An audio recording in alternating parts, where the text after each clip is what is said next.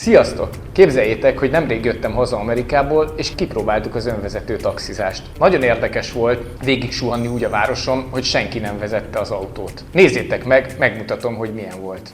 Sziasztok! Ez most egy kicsit rendhagyó videó lesz, ugyanis kipróbáljuk a Waymo önvezető taxit. Úgyhogy lássuk meg, hogy milyen. Már megrendeltem az applikációban. Egyébként az igazsághoz hozzá tartozik, hogy San Franciscóban már kipróbáltuk, most Los Angelesből fogjuk ezt megtenni.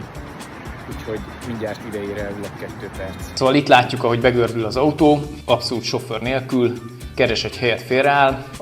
Az applikációval lehet kinyitni, vagy lehet párosítani, hogy ha érzékelő, hogy ott álljak mellette, akkor kinyitja. Látszódnak a szenzorok, ugye mielőtt beszálltunk, teljesen jól. A sofőr helyére nem szabad ülni, úgyhogy összesen 4 hely van benne.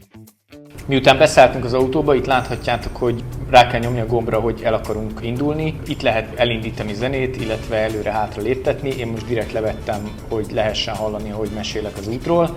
Gyönyörűen látszik, hogy forog balra-jobbra a kormány. Az egész tök biztonságos, meg látszik is, ahogy érzékeli a környező járműveket. Látszik az is, ahogy egy autó indexel, merre megy, látszódnak szépen ott a gyalogosok, parkoló autók. Úgyhogy én végig biztonságban éreztem magam, bár elsőre azt gondolom, hogy nagyon-nagyon fura érzés volt. Most megálltunk a piros lámpánál, azt is érzékeli, ügyesen nem megy át a piroson, meg az előttünk levő autót is látja, de kutyát, mindenfélét érzékel gyönyörűen.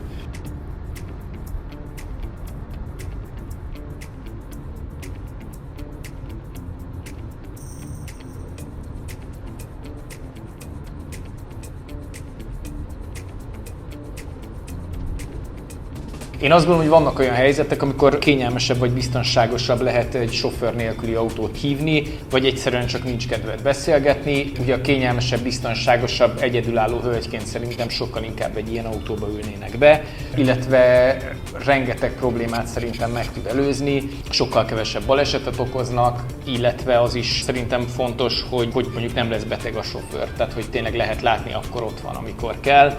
Utána olvastam a trendeknek, és elképesztő, hogy egyes tanulmányok szerint 2030-ra közel 215%-ot bővül az önvezető autók piaca, elsősorban a teherszállítás területén.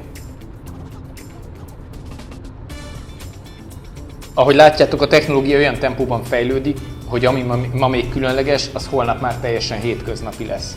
Gondolj csak bele, néhány éve még az online számlázás vagy a mesterséges intelligencia is egy földön túli dolognak tűnt, ma meg rendszeresen használjuk az összeset. Ugyanilyen a vállalkozásod IT rendszere is. Ha nem tartasz lépést a technológiával, nagyon könnyen lemaradsz, és úgy jársz, mint egy átlag taxis egy önvezető taxi mellett. Ebben tud segítséget nyújtani a Solisco Informatikai Kft. Is, mert látod, mi tényleg élenjáró technológiákat használunk.